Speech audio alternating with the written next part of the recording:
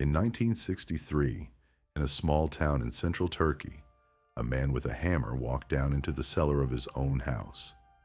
He was renovating. The house was old. He hit a wall, and the wall sounded wrong. Not solid, hollow.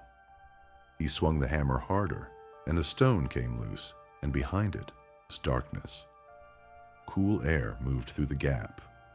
Cold air in a Turkish summer. He widened the hole. Behind the wall, there was a corridor. The corridor led to a staircase. The staircase went down.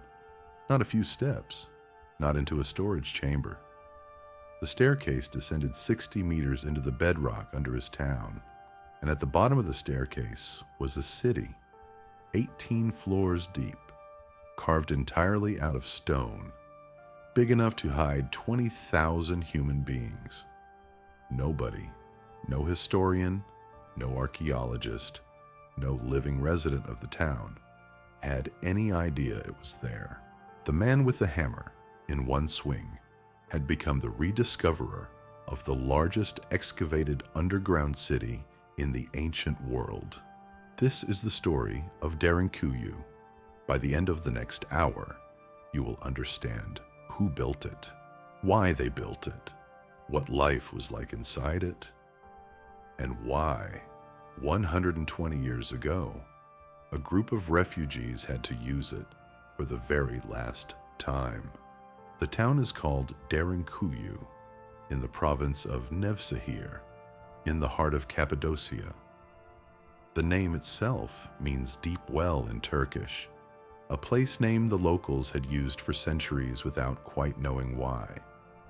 There were so many wells in the area.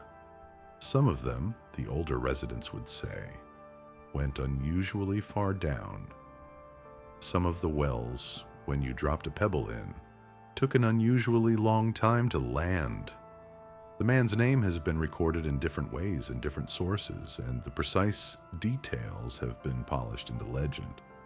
The most reliable accounts say it happened during a routine home renovation. The family was expanding a basement room. The wall came down. What the man saw beyond the broken stone was not a niche or a hidden cellar. It was an architecture.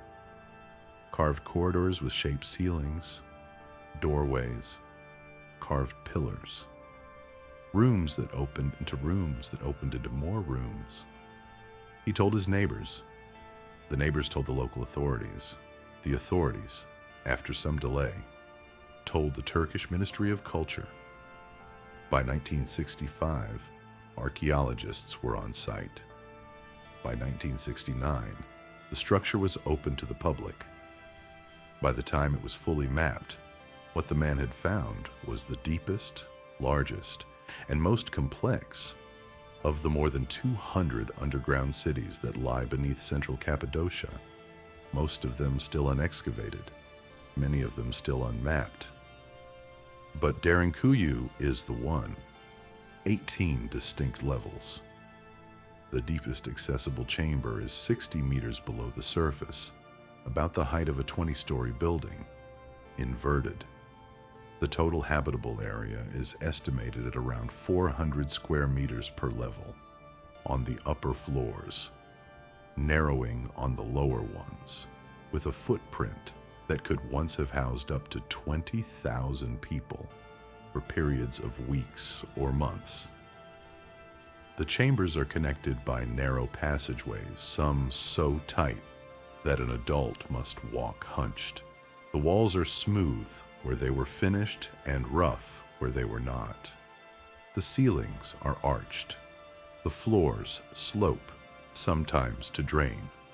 To stand in the entry chamber today, with electric light strung along the corridors for tourists, is to experience two things at once. The first is wonder. The geometry is beautiful, and the engineering is staggering. The second, harder feeling, is harder to name. It is something close to dread, because nobody builds a place like this for a celebration. Nobody carves 20,000 people's worth of darkness into the bedrock for a fair weather purpose. Derinkuyu was built because something above the ground was unsurvivable. Whoever excavated it, and there were many whoever's working over many centuries, was making in stone a precise and physical answer to a precise and physical fear. For decades after the rediscovery, nobody could agree on who, or when, or even why. Those questions slowly are being answered, but the staircase the hammer revealed in 1963 is, in a strange sense, still descending. Every new study finds another layer. Let us go through the front door, the way the original inhabitants did. The first level of Derinkuyu sits just below the modern surface. In the original era of use, it was likely covered by a structure, a house, a stable, a granary, maybe a church that disguised the entrance.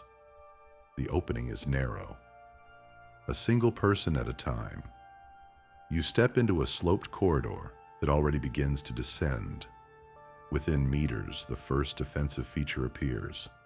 A circular stone, roughly 1.5 meters across, weighing somewhere between 200 and 500 kilograms, sits in a side niche cut into the wall. The stone is millstone-shaped, round, heavy. It is parked. When the city was active, this stone could be rolled across the corridor by people inside, sealing the passage completely. There is a small hole through the center of the stone, just wide enough for a spear to be thrust through, but too narrow for a body to pass. Once the stone is in place, no force available to a Bronze Age or Iron Age or Byzantine attacker can move it from the outside. Not battering rams, not picks, not even fire, because there is nothing for fire to consume but solid rock. There are dozens of these stones throughout Derinkuyu, several per level.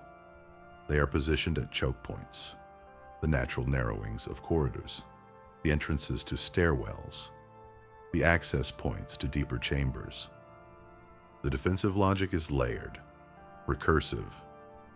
Even if attackers somehow force the first stone, they would emerge into a section of city designed to be defended again 10 meters further on by another stone, by another bottleneck, by another room that could be sealed and abandoned. There is no single front door to Derinkuyu. There are many doors, each one falling back to the next. A determined enemy could spend weeks trying to fight through, and every meter they advanced, the city would still have ample habitable depth below them. Move past the first stone, and the city opens. The second level holds large communal rooms, what archaeologists believe were stables. Stone basins for water, hooks carved into the walls, spaces large enough for cattle, for horses, for sheep. The animals lived here. They were brought down with their owners when the city was occupied. The third and fourth levels are residential. Small rooms, family-sized. Storage niches in the walls for oil lamps, for bedding, for personal items. Some of these rooms have soot deposits on the ceilings, charcoal stains where small fires were lit for warmth or for cooking. The ceilings are blackened. The walls, in some places, still carry faint scratch marks.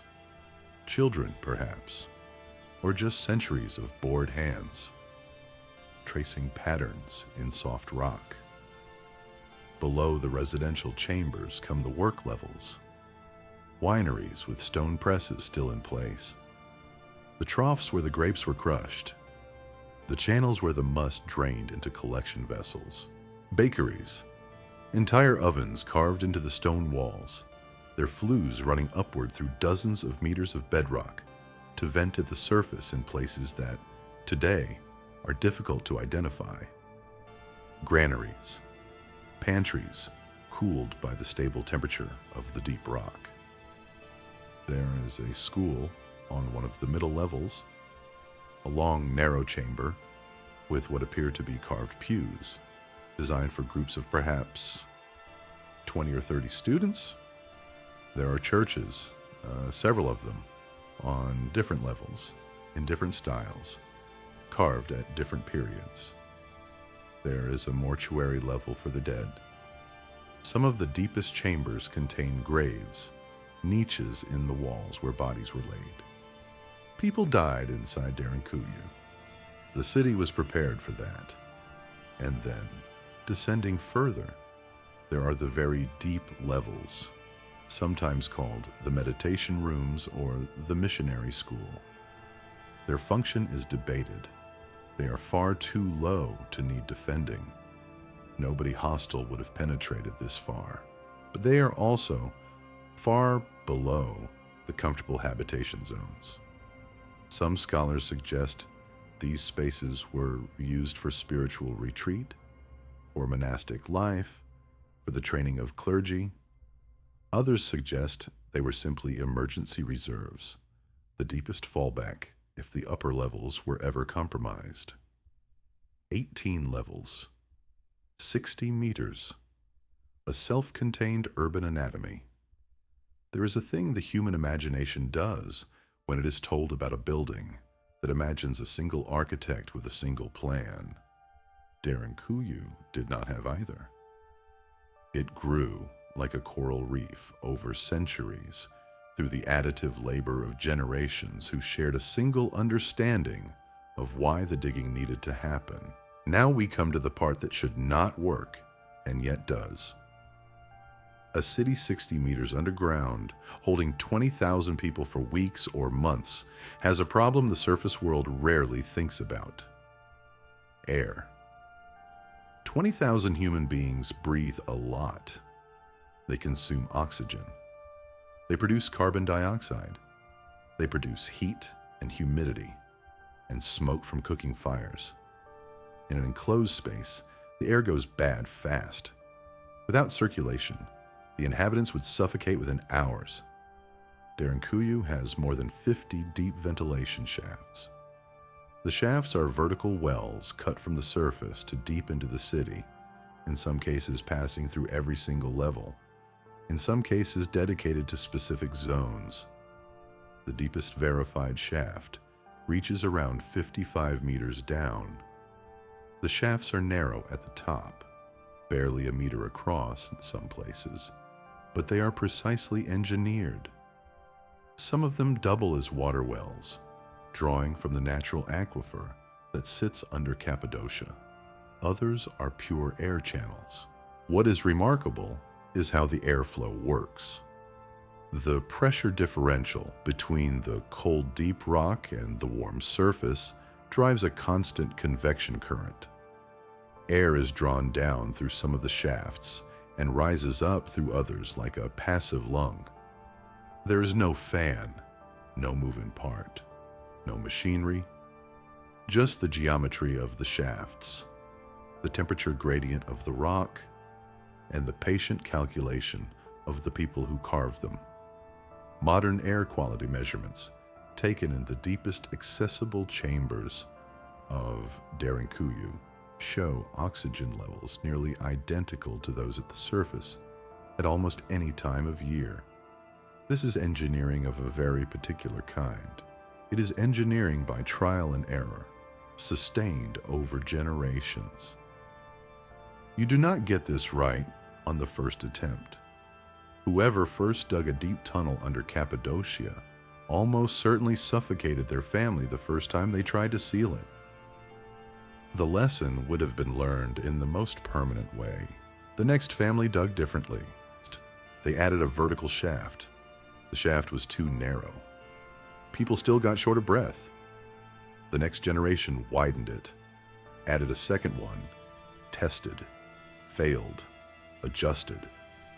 By the time Derinkuyu reached its final form, the ventilation system was so robust that, in modern stress tests, archaeologists and engineers have estimated it could comfortably support far more than 20,000 people for indefinite periods. The bottleneck is food and water and patience. It is not air. Then there is water. The deep wells double as access points to subterranean rivers that thread the Cappadocian Aquifer. Some of the wells are sealed off from the surface entirely, meaning that an enemy on the surface who controlled the surface wells could not poison the underground water supply. The inhabitants of Derinkuyu, for the duration of any siege, drank water that an attacker could not contaminate. There were waste systems, latrines on dedicated levels with deep pit channels carved downward into porous rock, drainage gradients in the corridors. There was lighting, oil lamps in carved niches, every few meters, reflecting off the pale tough walls to give a soft, golden light that turned the rock the color of bone. There were doors, both wooden and stone. There were locks. There was, when the city was active, the sound of life. Children, animals, cooking, coughing, prayer, whispered argument, the acoustics of stone. Nothing about Derinkuyu was improvised. Every cubic meter of removed rock represents a deliberate choice by people who had thought carefully about what they would need to live, sealed in the dark, while history was burning above their heads. Why this place? Why Cappadocia? The answer is in the rock itself. Cappadocia sits on top of one of the most unusual geological substrates in the world, a thick layer of soft volcanic tuff, deposited over millions of years by eruptions from the great volcanoes that surround the region. Mount Erciyes in the east, Hasan Dağ to the southwest, Melendiz Dağ to the south. These volcanoes are largely quiet now, but for millennia they covered central Anatolia in successive blankets of ash and pumice. The ash compacted, it cemented, it became stone, but not the stone you find in most places. Tuff is unusual. It is light, it is porous, it is mechanically weak compared to granite or marble or limestone. You can carve it with a sharpened iron tool. With patience, you can carve it with a hardwood pick. The earliest residents of Cappadocia, working in the late Neolithic and Bronze Age, almost certainly carved their first hidden chambers with copper tools, then bronze, then iron, as the metallurgy of the region developed. But there is a beautiful property of tuff that makes it not just easy to carve, but ideal for underground habitation. As soon as it is exposed to air, the surface of freshly cut tuff hardens. The minerals oxidize. The soft white interior becomes a tough, almost ceramic shell. So the technique of carving Cappadocian tuff is the same technique used by some sculptors today. Rough it out quickly, while the stone is freshest, and then leave it. The walls will harden into themselves. They will become more durable than the day they were cut. This is why Derinkuyu has lasted. The chamber walls of the deep levels, untouched by surface weathering, are essentially stable. Some scholars believe they could last for tens of thousands of years more without significant erosion. The city was carved into rock that was, in a sense, eager to be carved and then eager to last. The same geology produced the famous fairy chimneys of Göreme, the conical eroded pillars that draw photographers to Cappadocia today. The same geology produced the rock-cut churches of Kızılkukur, the cliff dwellings of Uçhisar, the cave villages of the Ihlara Valley. Cappadocia is, geologically, the world's largest natural medium for sculptural architecture. The civilizations that lived there over thousands of years did not just adapt to the rock, they became defined by it. Their architecture is the rock. Their architecture is the absence carved out of the rock. They built by removing.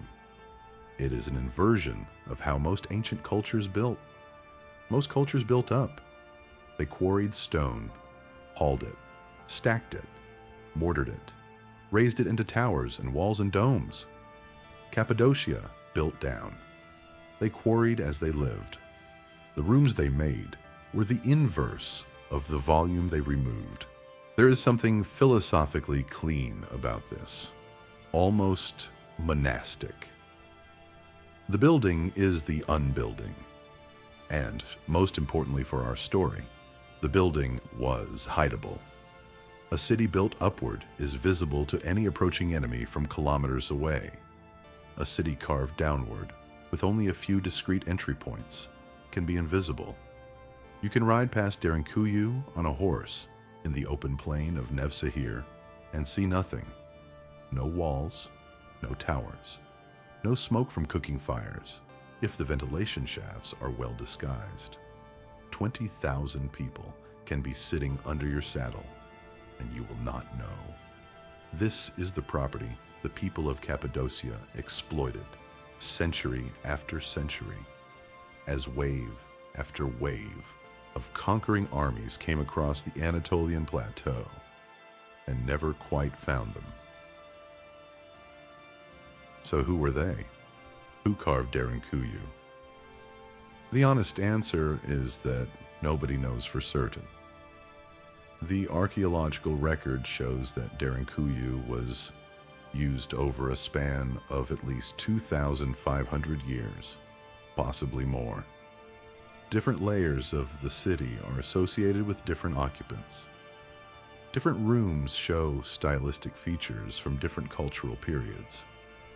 The city is not the work of one civilization.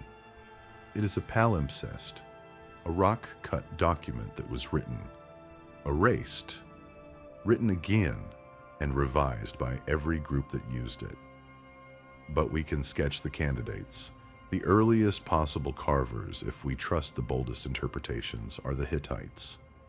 The Hittite Empire dominated central Anatolia from roughly 1700 to 1200 BCE. They were a Bronze Age power, sophisticated, contemporaneous with New Kingdom Egypt, with whom they fought one of the most famous battles of antiquity at Kadesh. There is some textual evidence, disputed but suggestive, in Hittite tablets referring to people hiding underground. There are stylistic features in some of the deepest, oldest-looking chambers of Derinkuyu that some archaeologists have associated with Hittite period iconography. Other scholars are skeptical and prefer to date the original excavation later. The famous account written by the Greek soldier Xenophon around 370 BCE contains an explicit description of underground dwellings in eastern Anatolia. Xenophon, marching with the 10,000 Greek mercenaries through this region, recorded that the inhabitants lived in houses that were entered from above through the roof, that the underground spaces were large enough to hold animals as well as people, and that the people kept fermented drinks in the lower chambers. Many scholars believe Xenophon's account, written 4 centuries before Christ, is a direct description of underground cities like Derinkuyu, then in active use. If correct, this anchors the city's occupation firmly in the pre-Christian Iron Age. After the Hittites came the Phrygians, around 1200 to 700 BCE. The Phrygians were Indo-European migrants who settled in Anatolia after the collapse of the Hittite Empire. They were prolific stoneworkers. They built the famous monumental tombs at Gordion. Many archaeologists today consider the Phrygians the most likely original architects of the underground cities of Cappadocia, because the stylistic and tooling evidence is most consistent with their period, and because the Phrygian period was a time of considerable disruption and warfare in central Anatolia, providing a clear motivation for a Hittite settlement architecture. After the Phrygians came the Persian Achaemenid Empire, then Alexander the Great, then the Hellenistic kingdoms, then Rome, then Byzantium, then Arab Caliphate raids, then the Seljuks, then the Ottomans. Each of these waves either used Derinkuyu, expanded it, modified it, abandoned it temporarily, or reactivated it. The fact that no single culture can claim authorship is itself the most important fact about the city. It belonged, in turn, to whichever community was being hunted at the time. What we can say with confidence is that the original carvers, the people who first conceived of a sustained, carefully ventilated, deep defensive underground habitation, large enough for thousands of people, were not strangers to siege warfare. They lived in a corridor of the world that, for nearly 4,000 years of recorded history, has been a meeting point and a battleground for every land-based empire of Eurasia. They were not paranoid. They were experienced. The underground city is not a fantasy of disaster. It is a memory of one. The most likely first sustained use of Derinkuyu, in something close to its mature form, is the late Bronze Age and the early Iron Age. Sometime between the collapse of the Hittite Empire around 1200 BCE and the Persian conquest of Anatolia around 546 BCE, the residents of central Cappadocia were doing something new. They were not just digging shelters, they were building a survival strategy. Imagine the world they were living in. The late Bronze Age collapse had shattered the great empires of the Eastern Mediterranean. Cities had burned. Trade networks had broken. The Sea Peoples, whoever they exactly were, had attacked Egypt, Syria, and the coast of Anatolia. Internal upheaval had ended the Hittite state. The political map of the Anatolian plateau had become a chaos of small kingdoms, raiding bands, and migratory tribes. In a world like this, an open village is an open invitation. A walled village can be besieged. An above-ground citadel can be starved out. The strategy the people of Cappadocia developed was simpler than any of these, and more radical. They did not try to defeat their attackers. They did not try to outlast them on terms the attackers understood. They simply, when the attackers came, vanished. Imagine the rhythm of life. You and your community live above ground most of the time. You farm the broad valleys of central Anatolia, rich, fertile, watered by snowmelt from the high volcanoes. You herd sheep and goats. You harvest grain. You build small surface villages, conventional houses with stone foundations and timber roofs that can be rebuilt easily after a raid, because they are not what protects you. What protects you is downstairs. When word arrives, usually with hours or a day of warning, that a raiding force is approaching, you do not stay to fight. You collect your family. You collect your portable wealth. You herd your animals, every one of them, into the entrances of the underground city. Other families are doing the same. The city, which has been kept maintained by a small permanent staff during peacetime, fills up over the course of a few hours. Old people are guided down. Children are carried. Then the rolling stones go in. The seals close. The lamps light. For days, weeks, sometimes months, the surface world is given over to the raiders. They burn what they find, which is mostly empty buildings. They steal what they find, which is mostly nothing of value. They search for the people, but the people are 60 meters below their feet, breathing through invisible chimneys, drinking from sealed wells. After enough days of finding nothing, the raiders leave. They have other targets. Their armies cannot stay in one empty valley forever. When scouts on the surface confirm the all clear, perhaps days after the raiders have actually gone, just to be sure. The seals open. The community comes back up. The animals come back up. The lamps are extinguished. Surface life resumes. Houses are repaired. Crops are replanted, if it is still the season. The cycle continues. This is not paranoia. It is a rational response to the actual conditions of life in the central Anatolian corridor for over 1,000 years. The civilizations that lasted in this region were the civilizations that learned to disappear. Derinkuyu and its sister cities were not a failure of normal civilization. They were a brilliant solution to a survival problem that the rest of the ancient world solved much less elegantly. But the most poignant chapter of Derinkuyu's history was still to come, because the people who would use it most intensely, who would expand it to its largest extent, who would carve into its walls the artwork and the scripture that we still see today, were not yet on the scene.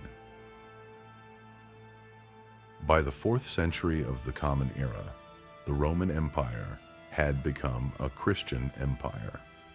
By the late 4th century, the eastern half of that empire, what we now call Byzantium, had become, in many of its provincial regions, a deeply, intensely Christian society. And nowhere was that more true than in Cappadocia. This is the homeland of 3 of the most influential theologians of early Christianity, the so-called Cappadocian Fathers: Basil of Caesarea, Gregory of Nyssa, and Gregory of Nazianzus, all born in this region in the 4th century, all instrumental in shaping the doctrine of the Trinity and the foundational structures of Eastern Orthodox Christian thought. They were not foreigners to Cappadocia. They were Cappadocians, and the world they inhabited included, by their lifetimes, an established and growing tradition of carved underground spaces, initially used for hiding from Roman persecutors during the 3rd century persecutions, later expanded for monastic retreat, and eventually integrated into the formal religious architecture of the region. Christianity in Cappadocia did something that Christianity rarely had the chance to do anywhere else. It met a pre-existing local technology of hiding and adopted it. Cappadocian Christians did not have to invent the underground city. They inherited it. They simply moved in, and then they expanded it massively. Over the following centuries, the 5th, 6th, 7th, 8th, 9th, successive waves of Christian communities used Derinkuyu and dozens of similar cities as refugees. The threats varied. There were Persian Sassanid invasions in the early 7th century. There were the catastrophic Arab raids that began in the 7th century, when the rapidly expanding caliphate sent armies repeatedly across Anatolia, sometimes annual raiding campaigns that struck deep into Byzantine territory. The Cappadocian Christians, like their Hittite and Phrygian and Persian era predecessors, took their families underground, but they did something the earlier inhabitants had not. They turned the underground city into a place of worship. If you walk through Derinkuyu today, you will find churches. Not just one, several. Some of them are simple: a chamber with a carved apse, a niche for an altar, traces of frescoes still visible on the walls in some of the upper levels. Some are far more elaborate: cross-vaulted ceilings, multiple chambers, baptismal fonts cut into the stone, carvings of saints, prayer niches.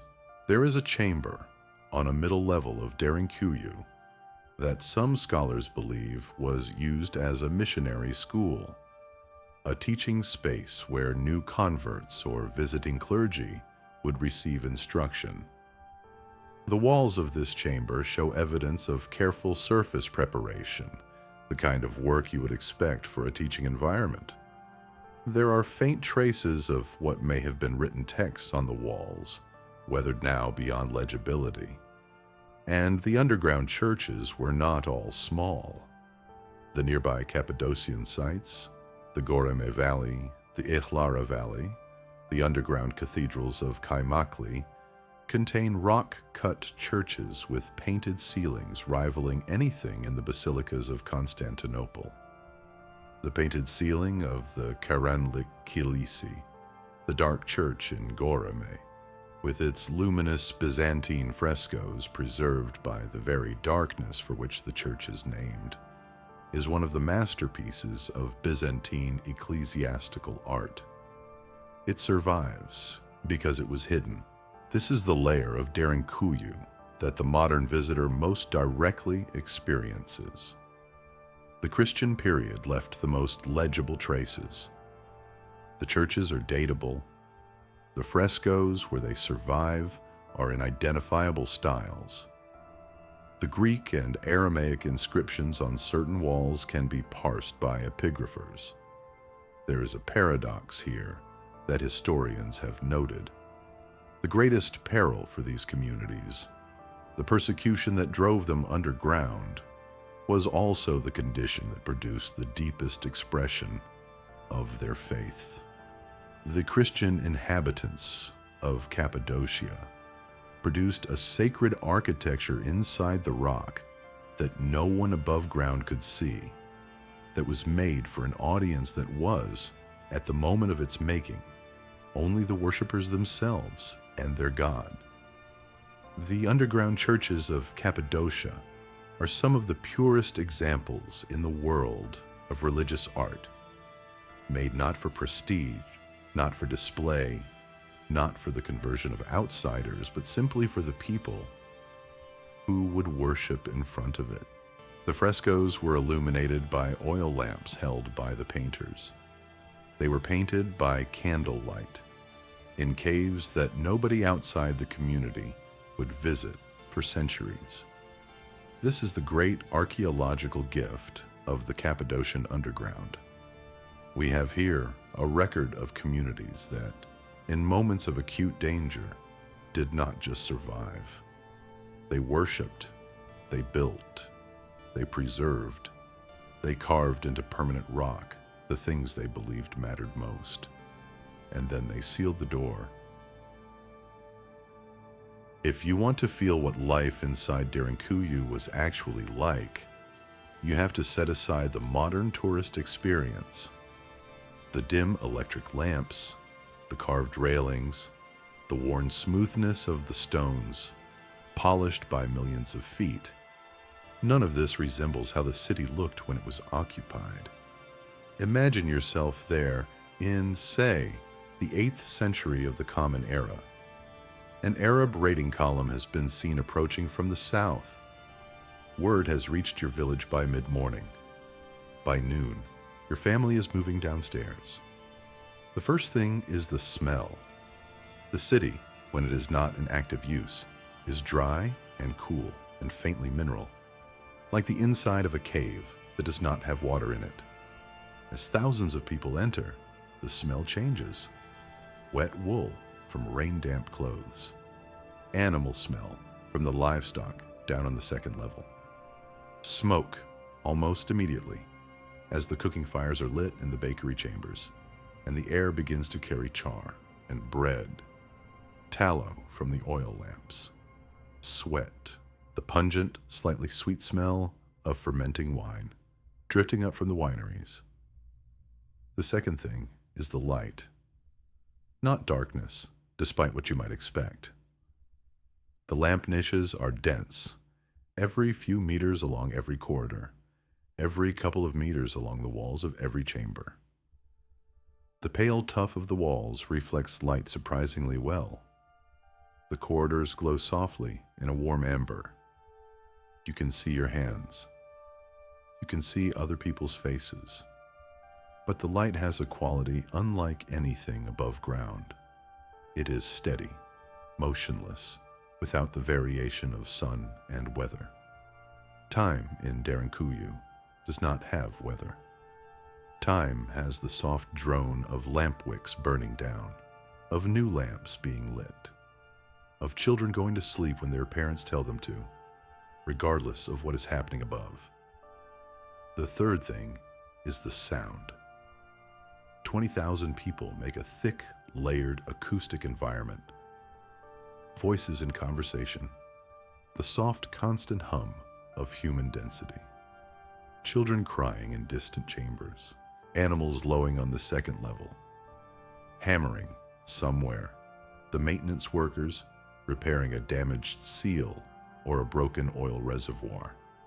Singing sometimes if there is a service in one of the churches. The acoustics of stone amplify low frequencies and dampen high ones. The city has a constant, deep vibration of presence, like the hum of a beehive. The fourth thing is the rhythm. People in the city kept some sense of day and night, even without the sun. Bells rang at the canonical hours from the central churches. These were Christian communities, and the hours of prime, terce, sext, none, vespers, and compline structured the daily devotions. People rose, prayed, ate, worked, slept, in a rhythm pulled from above-ground monastic practice. Mass was held, children were taught, couples married, babies were born, old people died. Funerals were held in the deep mortuary chambers, the dead laid in the niches with prayers spoken over them. Life persisted, compressed but unbroken. The fifth thing is the discipline. A city of 20,000 people sealed underground is a logistical nightmare. Food has to be rationed. Water has to be allocated. Waste has to be managed. Disputes have to be settled. Disease has to be controlled, and disease in close quarters can move very fast.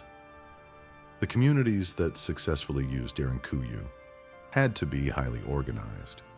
There were almost certainly elders, councils, designated authorities, rules of conduct, procedures. Centuries of refinement had produced a civic culture specifically adapted to life under siege. We do not have written constitutions of the Derinkuyu communities, but we can infer them from the architecture. A city that worked, for as long as Derinkuyu worked, had to be governed.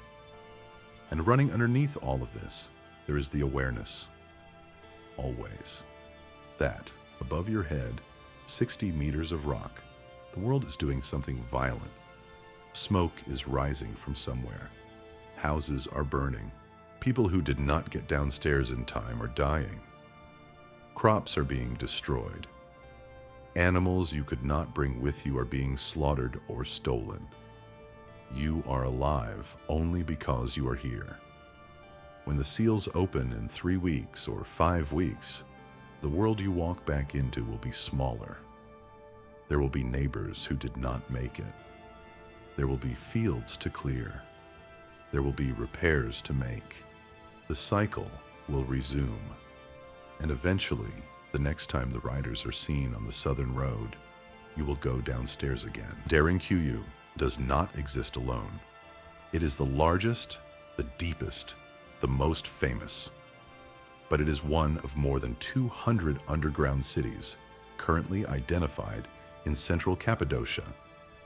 The total number, including small private hides, single-family chambers, and complexes that have not yet been rediscovered, is almost certainly higher. Some estimates suggest the figure might exceed 600 separate underground spaces in the region.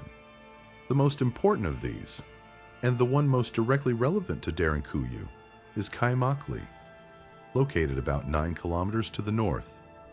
Kaymaklı is also a major underground city, 8 levels deep, smaller than Derinkuyu, but in the same architectural tradition. And Derinkuyu and Kaymaklı are connected. The connection takes the form of a tunnel. A tunnel approximately 9 kilometers long, deep underground, large enough for human passage, linking the two cities. The tunnel has been partially explored, partially mapped. It is not yet fully traversed end to end in the modern era. Sections of it have collapsed. Sections are flooded. Sections are blocked by rockfall. But the geological surveys, the archaeological evidence, and the testimony of older residents who claim to have entered portions of the tunnel as children all support its existence. What this means is that the underground cities of Cappadocia were not a collection of independent shelters. They were a network, a subterranean confederation. If one city was somehow penetrated, its inhabitants could withdraw through the connecting tunnel to another city. If supplies in one city ran low, they could be transferred underground from another. If a community was lost, its surface gone, its access points compromised, its members could be absorbed by neighboring communities deep below. This is a level of strategic infrastructure that nobody before the modern era of archaeology had any idea existed in pre-modern Anatolia. Imagine the scale of this. Hundreds of underground cities, connected by tunnels of a length and complexity that even today we struggle to fully document, maintained over centuries, coordinated presumably by some level of inter-community organization. The full network has not been mapped. There are estimated to be hundreds of kilometers of unexplored tunnel system in the Cappadocian underground. Some of it is unstable, some of it is dangerous, some of it is simply unfunded. The Turkish authorities in the past few decades have begun more systematic survey work. New chambers, new connections, new branches are still being discovered every year. In 2013, during construction of a residential area in the city of Nevşehir, workers broke through into a previously unknown underground city, possibly larger than Derinkuyu itself, with chambers extending under most of the modern town. That city has been provisionally named the Nevşehir Underground City, and surveys of it are still underway. What we know then is that Derinkuyu is not a marvel of isolation. It is a node in a wider system that we are only just beginning to map. The hidden Cappadocia. The Cappadocia underneath is probably comparable in cumulative size to the visible Cappadocia above. We are walking, in central Turkey, on top of a parallel architecture that almost no other region of the world contains at this scale. There is something humbling in this. The fact that this much engineering, sustained for this long by this many people, can simply disappear from history when its function ends. Until a man with a hammer in 1963. Until a construction crew in 2013. Until the next discovery, which will probably be next year. Somewhere we have not thought to look. The last continuous use of Derinkuyu, the use we can date with reasonable certainty, was not in some shadowy ancient century. It was within living memory of people whose grandchildren are still alive. In 1909, and it is hard to write that date without it producing a small jolt. A community of Cappadocian Greeks went underground in Derinkuyu to hide from violence on the surface. Cappadocia, by the early 20th century, was still home to a substantial Christian Greek population. They had lived there continuously, in some communities for nearly 2,000 years.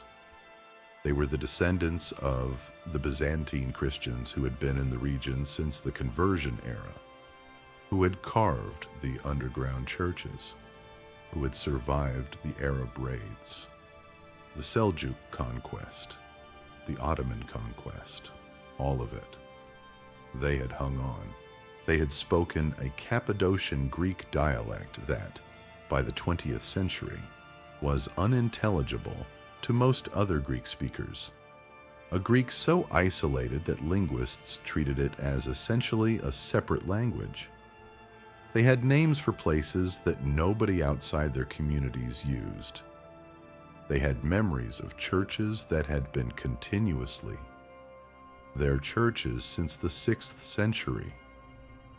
In 1909, during a period of escalating ethnic violence between Ottoman authorities and the Christian minorities of Anatolia, threats reached the Cappadocian Greeks of central Nevşehir province. As communities had done for nearly 4,000 years before them, they did the only thing they knew how to do. They went underground. Derinkuyu, by this point, had been continuously known to its local Greek inhabitants. They had used it during earlier periods of unrest in the late 19th century. The seals still worked. The ventilation still drew air. The wells still drew water. The whole infrastructure, despite intermittent disuse, was still functional. The Greek families of the region took their food, their religious icons, their children, and they descended. We do not know precisely how long the 1909 occupation lasted. Probably several weeks, possibly longer. The community emerged when the immediate threat had passed. It was the last time. In 1923, after the Greco-Turkish War, the population exchange between Greece and Turkey forcibly relocated the Christian Greek population of Anatolia, including the Cappadocian Greeks, to the new Greek state. They left. Most of them did not return. The communities that had used Derinkuyu for 2 millennia of recorded Christian history were extinguished from Anatolia in a single year. The keys to the underground city, in a metaphorical sense, were carried out of Cappadocia in the suitcases of refugees and never came back. This is why, by 1963, Derinkuyu had been forgotten. The people who had known about it, who had used it within living memory, were gone. Their grandchildren were in Greece, in Macedonia, in scattered diaspora communities. The Turkish villagers who replaced them in the region, many themselves refugees from the Balkans, displaced by the same population exchange in reverse, had inherited the houses, the fields, the wells, but they had not inherited the underground city. The transmission had been broken. The man with the hammer, in his renovated cellar, was reopening a door that had been closed only 40 or 50 years earlier. The plaster he hammered through was, in some places, still soft. The lamp niches in the upper level still smelled, faintly, of tallow. The seals in the lower levels still worked. He was rediscovering not an antiquity, but a memory that had only just lapsed. There is something quietly devastating about that timeline. Derinkuyu had been used for at least 2,500 years. The technology of the underground city, the ventilation calculus, the seal stones, the network of tunnels, was the patient inheritance of nearly 100 generations, and it was lost in a single one. The people who carried that knowledge were marched out of their homeland in 1923.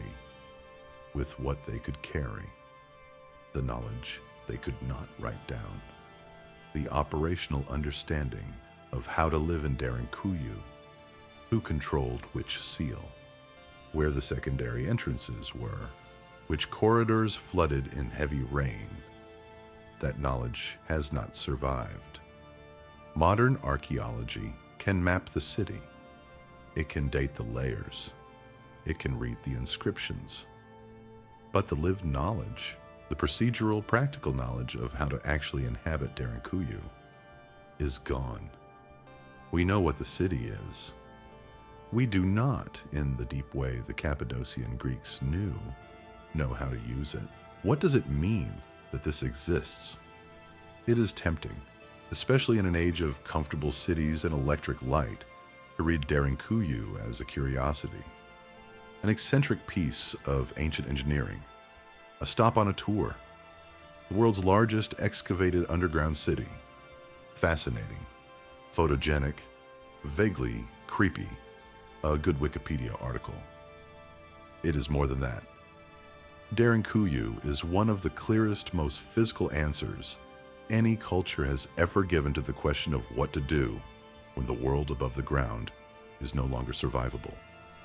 And the answer the people of Cappadocia gave is striking. They did not say, build higher walls. They did not say, form a stronger army. They did not say, trust in the gods.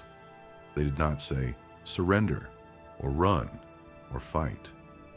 They said, vanish. There is a deep philosophy in this. The cultures that built Derinkuyu accepted with clear-eyed practicality that the violence of the world was not something they could defeat. The Persians would come, then leave. The Arabs would come, then leave.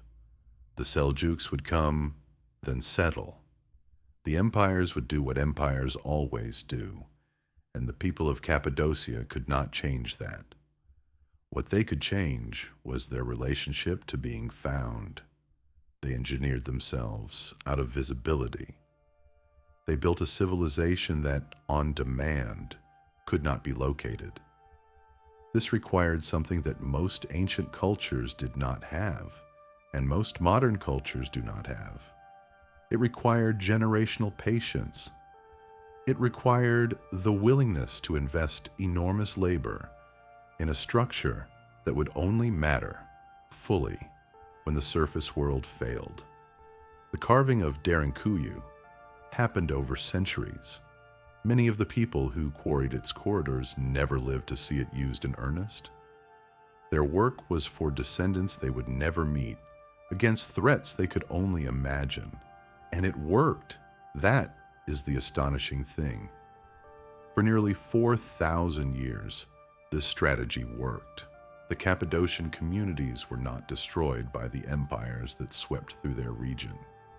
They were not assimilated, not exterminated, not displaced, until finally, in the 20th century, by political mechanisms their underground city could not address.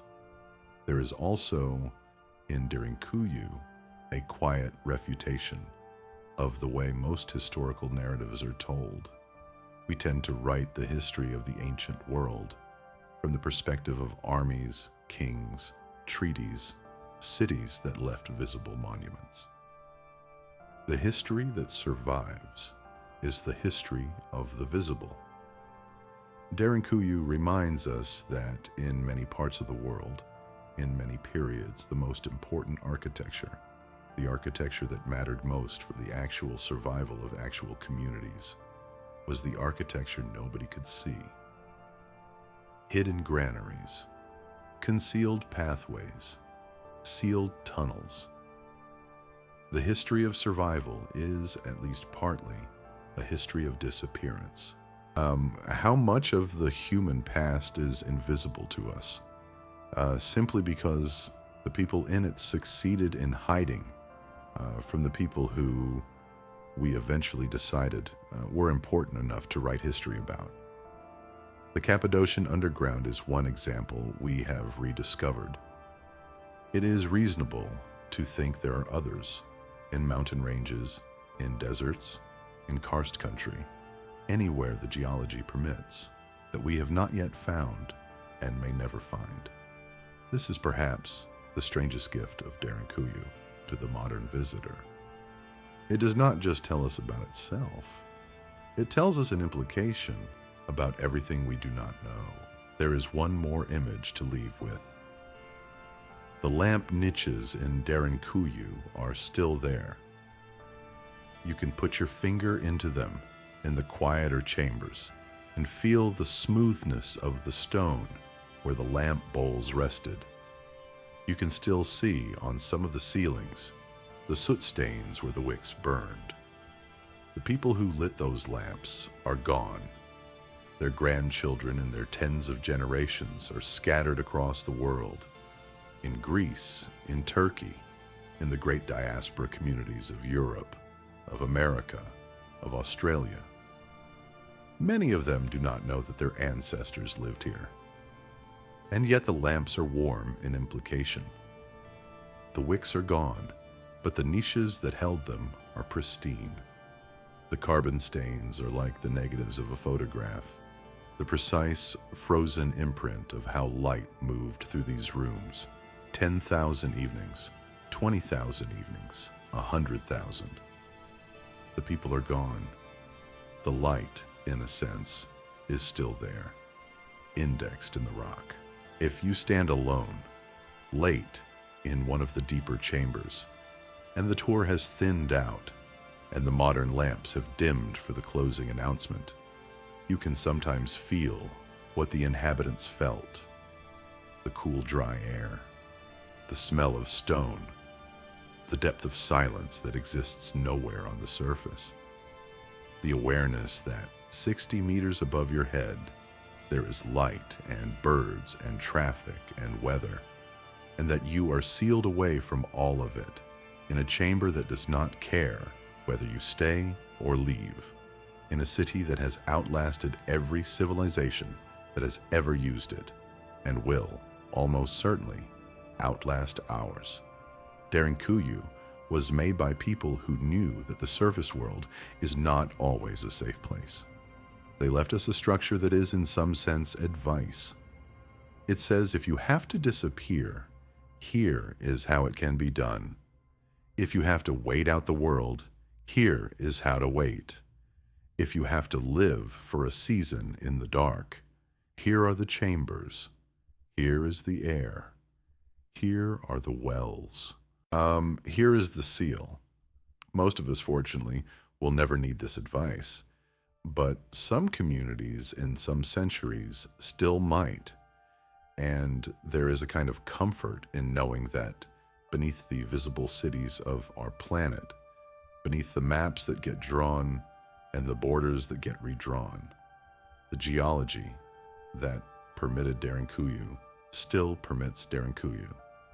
The rock has not gone away. The principle is still there. The human capacity to engineer survival, in the patient, quiet way the Cappadocians did, is part of what we are. The man with the hammer in 1963 did not just discover a city. He rediscovered a piece of ourselves. The piece that, when threatened, knows how to vanish and how to live and how to come back up. The light in those lamp niches went out a long time ago, but the city is still there. It is still listening. And that is the kind of thing it is good to know.